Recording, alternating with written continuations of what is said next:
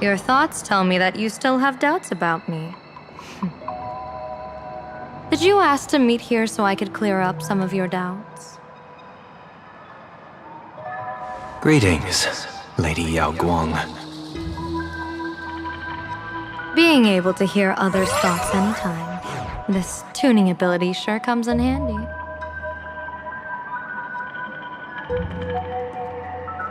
Compared to the seer strategist's ability to come and go as she pleases, this is nothing but a parlor trick. I've heard that Xianzhou folks are big on etiquette, yet here I am, and you're still playing hide and seek, General. Isn't that a bit discourteous?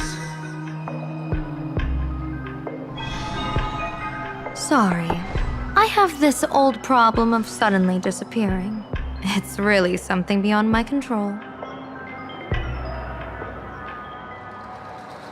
As for the reason, I'm afraid I can't disclose it. Please forgive my rudeness. Or, if you're truly that curious, why not use your tuning and find out? You know I won't do that.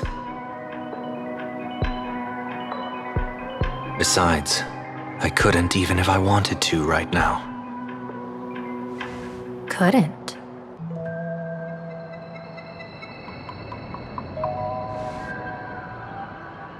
At this moment, the crowd's thoughts are crashing over me like a tidal wave. I can't block out all this mental noise. Just keeping my own thoughts from getting tangled up in everyone else's is hard enough.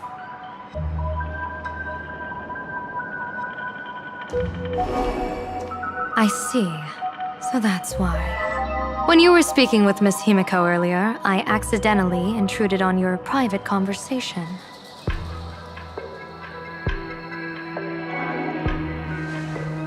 My tuning is spiraling out of control. This mask is distorting my abilities.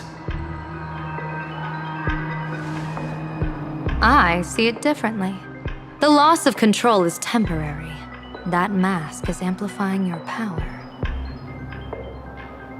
How is this possible? This tuning power is bestowed by the Harmony. How could the Elation meddle with their authority? Perhaps the Elation simply poured more fuel into this divine authority? In my humble opinion, this mask binds the supplicant to all beings of plain Arcadia, drawing strength from those who share the same path here for your use. That's why you're hearing others' thoughts surge toward you like a tide. Your tuning is steadily expanding, and you've become the center of this melody.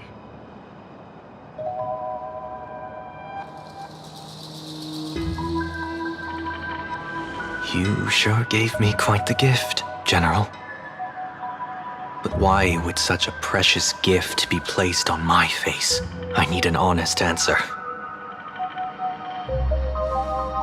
You want to know the reason? Didn't I explain it already? Your reasons about me make sense, but what I really want is your answer about yourself.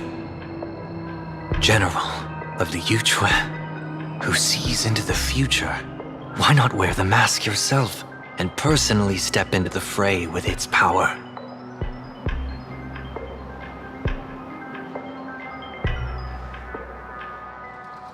Words can deceive, but only tuning lays the truth bare. Mr. Sunday, why not use your enhanced tuning to feel the weight of that answer for yourself? Well then, pardon my intrusion, Lady Yao Guang.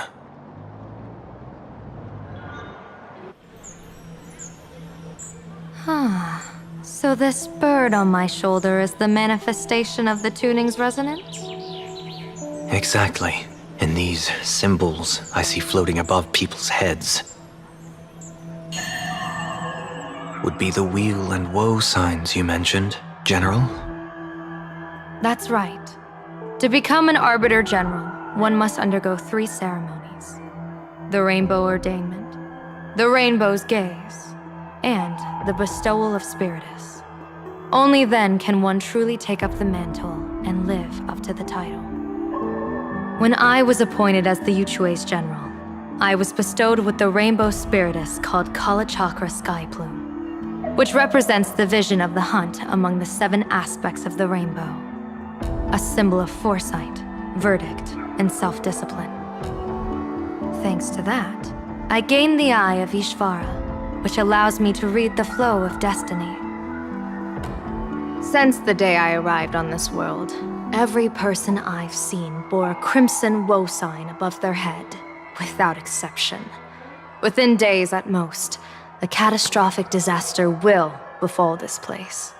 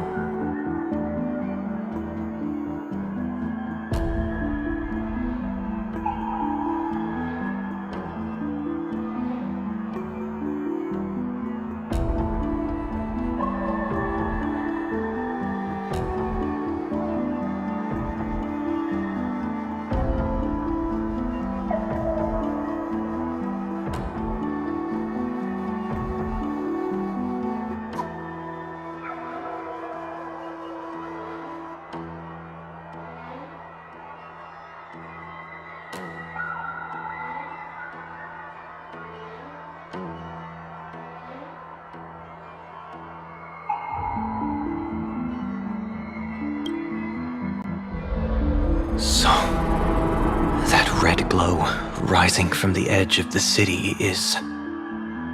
The blazing light, formed by the convergence of all those woe signs in plain Arcadia. In that case, General, it's all the more reason for you to wear the mask. Once your sight into the future is strengthened, you won't need to fear the deathly omen in your readings.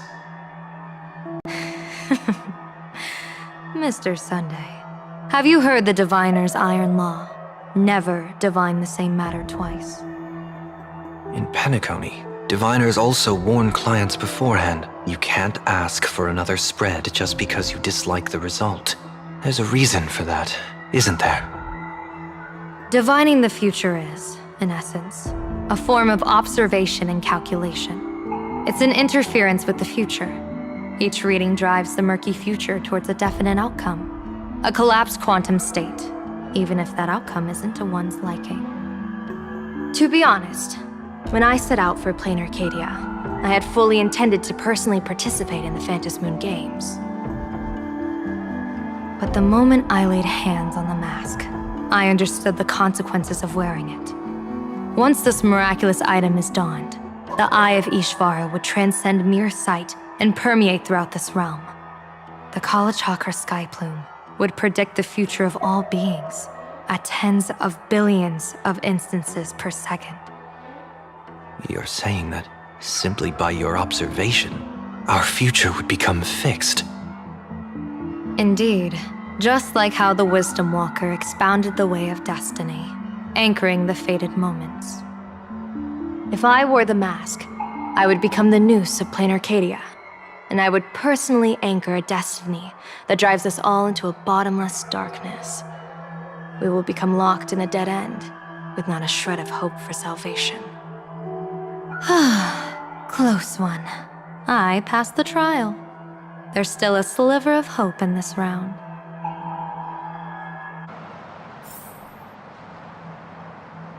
Now that makes me even more curious. Pardon my bluntness, but the fate of billions in plain Arcadia never had much to do with you, General. Your encounter with the Express and the IPC was merely a chance meeting. You are a messenger of the Xianzhou. Since you foresaw the omen, that an Arbiter General will fall here, you could have boarded your ship and left at any time. Why choose to stay and help us? To help this world break free of this death trap? Because I am guided by great compassion. Every life is precious beyond measure. Such diplomatic pleasantries won't fool the former master of Penacony like yourself, would they? Then, how about this reason? The Astral Express has distinguished itself time and again against the destruction, and bears an irreplaceable duty for the future. I can't just sit idly and watch you face annihilation. Give me a break. I really am terrible at all this diplomatic talk. Mr. Sunday, what makes you think that everything I've done is just to save Plain Arcadia? What? Weal is where woe lurks. Woe is where weal leads. The good fortune of some often births the ill fate of others, and a dead end for someone may hide an opportunity for another. This treacherous land where life and death turn again and again, where fortune flips to misfortune, is, in my eyes, the perfect board for a game of wits. A game with whom?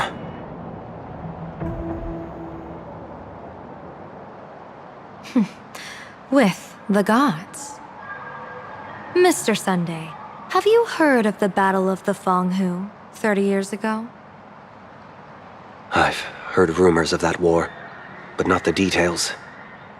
General, are you suggesting Plain Arcadia is now facing dangers just as perilous as the Xianzhou Fenghu was back then? You got that right.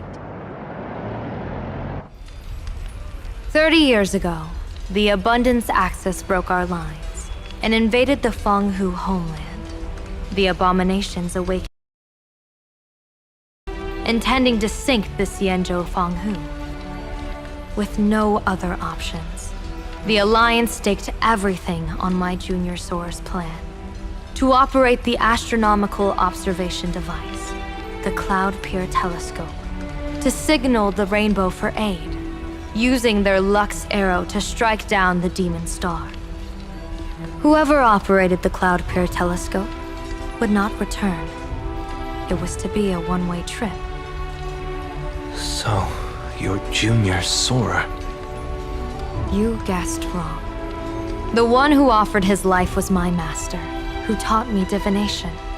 It was Master Jing Tian, then the Yuchui's Master Diviner, and the only high official authorized to operate that device. He accepted his fate and ventured to the Fenghu, going with him into certain death were Yueyu, the previous Yaoqing general who guarded the Cloud Peer Telescope, and the Verdant Knights under her command. I was responsible for assessing the entire plan's feasibility and mending its gaps. I activated the Deca Light reflection barrier, calculating and casting lots again and again. I watched as the starlight, representing countless possibilities, flickered within the reflections, faint, wavering, until the vast shadow of a pondering god swallowed them whole. And they vanished into the abyssal dark at the edges of the universe. And in that moment, I understood that I had cemented my master and countless soldiers into an inescapable doom. When the Lux Arrow fell, they would perish along with the enemy and that demonic star. All reduced to ashes. You sacrificed so many comrades just to ensure the enemy's fall? To Penaconians, that must seem incredibly cruel, right? As someone born in an era of peace, I have no right to judge. Perhaps the founders of Penacony could understand the necessity. Cruel or not, it was my duty. And so I had to witness and remember their sacrifice. When I saw the Lux Arrow descend, I realized the Xianzhou Alliance had actually directed an Aeon's actions. This realization illuminated the mission of my remaining years. In this cold, merciless cosmos, when you're trapped in despair, an Aeon's intervention is often the only hope. We are not ants, helpless beneath the celestial spheres as we simply watch the stars turn. Instead, their trails were forged by us, who offered up a portion of our insignificant destiny. Even beings as mighty as the Aeons can be pulled by our will.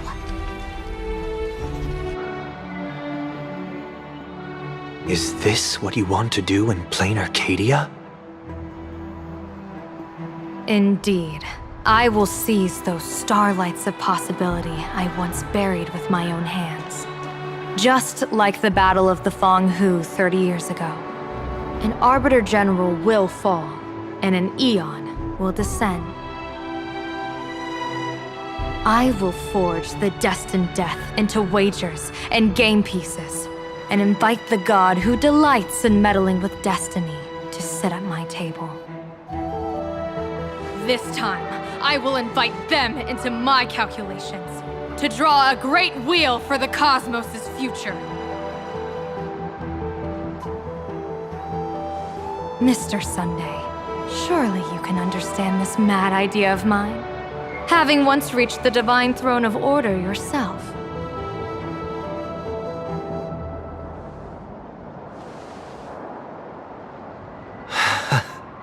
Our common ground goes far beyond mad ideas.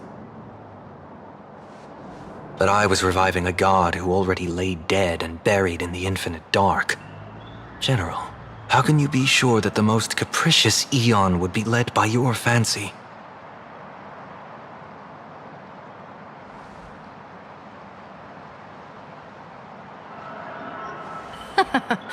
Have you heard this myth about the Elation?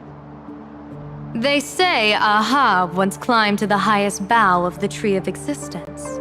Gazing out, they saw stars turning coldly like machines, and the meaning of everything yielded to nihility. Only the cry of a newborn made them burst into laughter. Mr. Sunday, answer me. Why did Ahab laugh?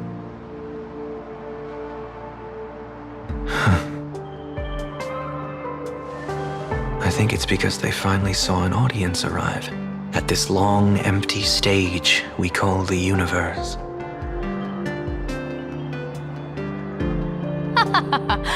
Oh, well said. You're way funnier than you look.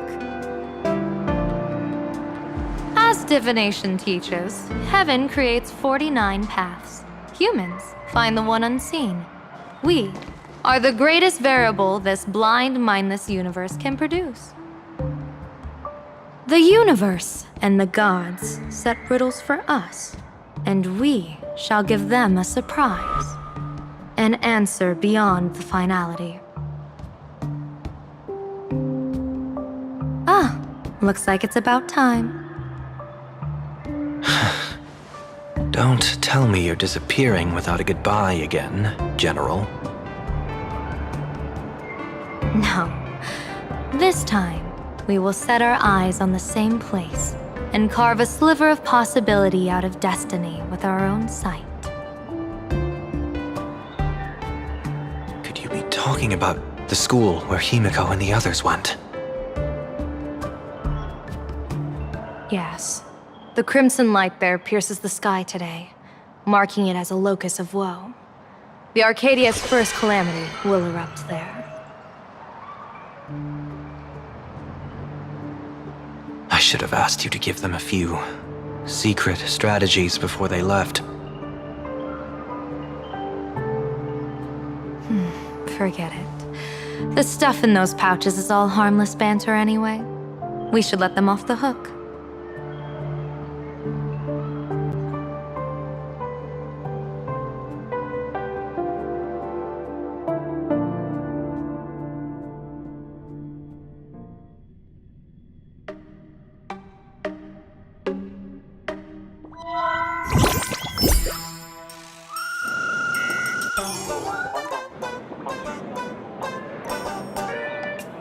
Hello everyone! Welcome back to Full Wish TV's special news segment, Arcadian Morning Report! I'm your host, Poofy! Hi everyone, I'm your host, Smelly! It's been 3 hours since our first supplicant, Miss Sparksy, announced her entry into the Phantom Moon Games. The performance she announced to all her fans, SparksyCon, is also about to begin. How curious! Plain Arcadia's day-night cycle was completely scrambled in ancient times. Graphia Academy's location just happens to be bathed in light. So, in broad daylight, what kind of fireworks show does Miss Sparksy have in store for us? Who knows? Maybe she'll blow the school sky high in a blaze of fireworks. After all, at the Phantom Moon Games 15 years ago, Graphia Academy also. Hey, Senior, you can't joke about that! Dear viewers, our apologies. Let's move on to news about other supplicants. According to the Department of Aberration Defense's staff, during a routine inspection of the Phantom Moon courtyard, 2 additional mask shapes manifested on the altar. In other words, 2 more supplicants have appeared! Although none of them have publicly announced entry into the games yet, the altar's masks mean someone, somewhere has quietly donned the masks of elation. As for the 2 masks, Department of Aberration Defense staff described one as a raccoon and the other as some kind of bird. A raccoon mask, huh? Hard not to think of the Astro Express that just arrived in plain Arcadia. Will the Nameless from the Astro Express join the Phantom Moon Games? I hear they've even invited them to SparksyCon as special guests! Will it be a miraculous show formed out of the collaboration between supplicants, or a head-to-head showcase between 2 famed contenders? Countless streamers are already live, broadcasting the scene at the venue. Let's cut to the feed now.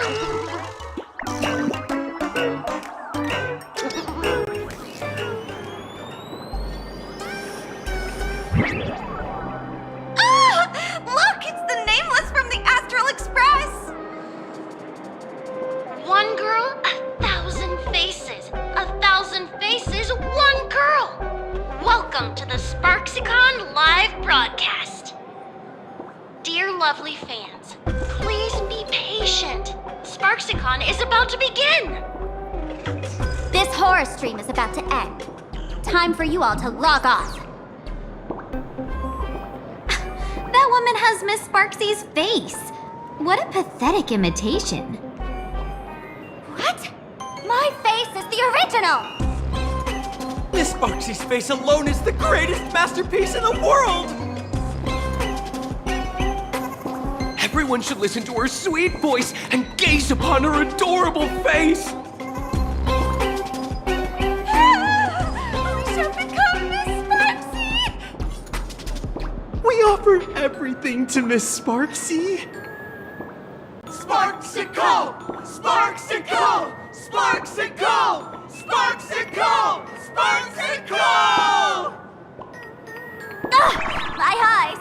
I've seen something cursed. The mimetic virus spread among people is way worse than we imagined.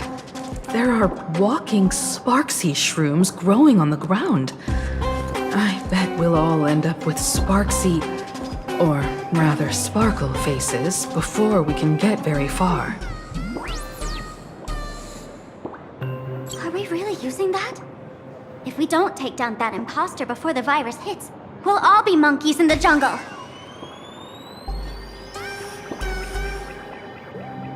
Become a fake of a fake or a carefree monkey. Your call. On second thought, being assimilated by an imposter doesn't sound that bad. Enough talk. Eyes on the banana. Ow! Ma'am, a little warning before you stab someone with a banana, please? Come on, banana. Remember the plan we made at the tavern? Yes,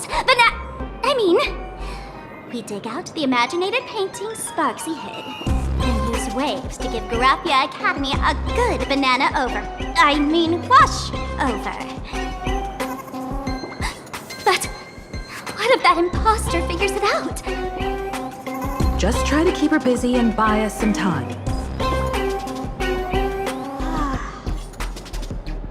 Let's do it!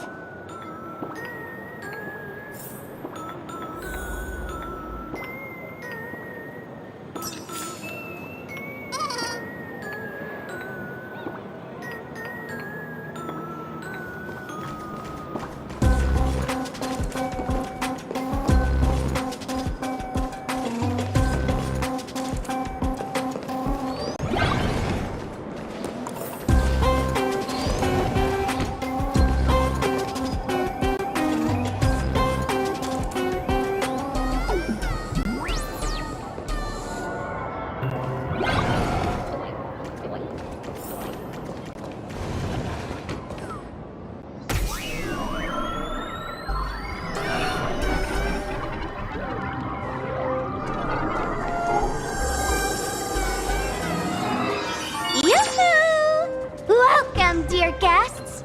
I've been waiting so long, my phone's about to die. Drop the act, my dear Mask. I shouldn't have called you an imposter. That was harsh of me. Come back to Mama's arms. It's not too late. If the Astral Express crew gets involved, they won't be pulling any punches.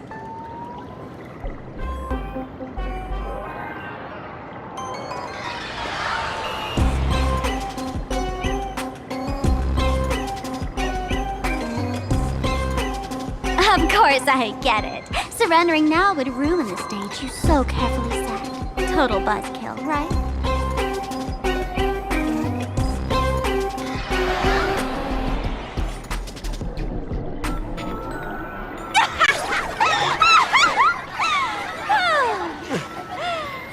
So you still don't get it?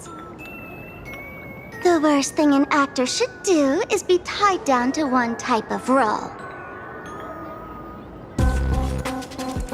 Standing before you, the loyal friend who's been by your side all along, the masked fool who never played any tricks.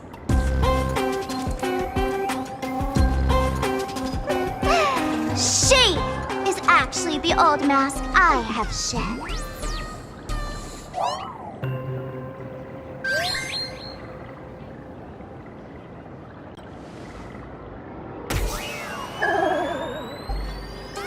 Haven't I been telling you all this time? She's just an old model. No wonder the light orb in the tavern didn't react to Sparkle.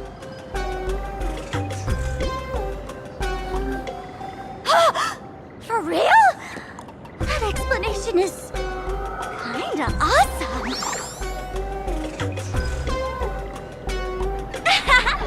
Look at those expressions on your faces. This is the best opening act for Sparksicon ever!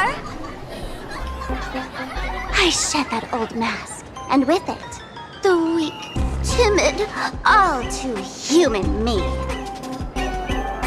This new me will break free from all shackles, gather my fans' wish power, and stride onto the stage of the Phantasmoon Games! In return for the wish power offered by everyone in the Arcadia, every supplicant must show them what elation truly means. We will demonstrate the elation we desire!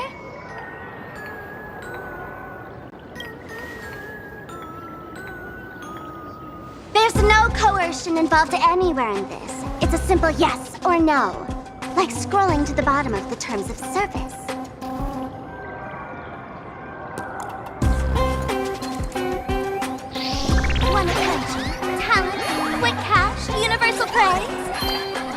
download the Sparksy virus. Ta-da! Click confirm, and you're set. Isn't that exactly what they crave? Elation in 3 minutes flat? Nameless, you're doomed to lose. You can't stop what people desire.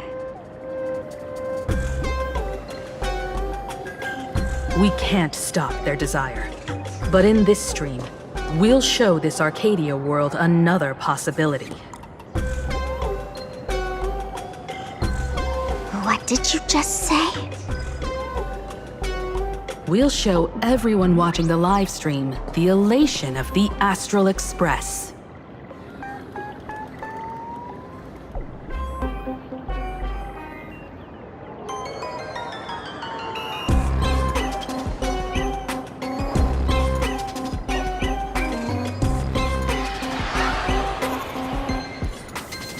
You got another mask? Before Sparksicon begins, the hero of the Express will defeat the villain who tried to spread the virus. And soon, the world will watch it happen live. In their hearts, they'll long for the Trailblaze too.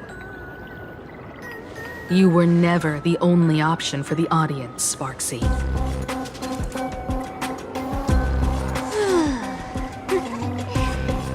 You know why I can't stand heroic stories? You lot always wave the flag of justice, then stomp all over the fun with brute force. The elation has nothing to do with justice, and you haven't won yet. Ma'am, gray hair, don't tell me you forgot the plan. I'll stall her.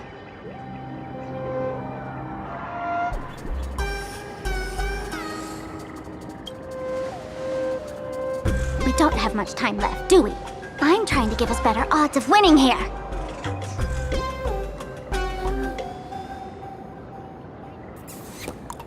There's one thing I've always wondered. Who's the real Sparkle, and who's just a mask? Shouldn't the last one standing decide that? Then let's settle it, right now! I'll make you the opening firework of Sparksicon!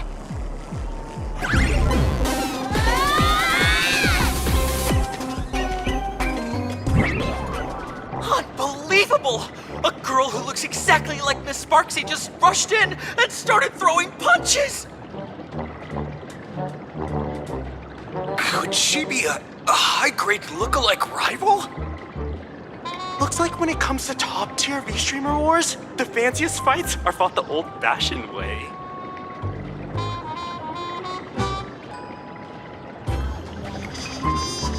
Hey, friends! Over here! Look this way! Is that March's voice? Over here!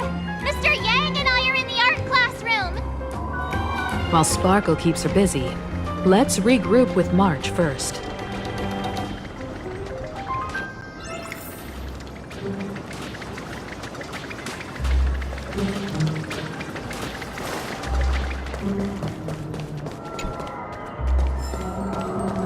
Love the sparks! Guard the sparks!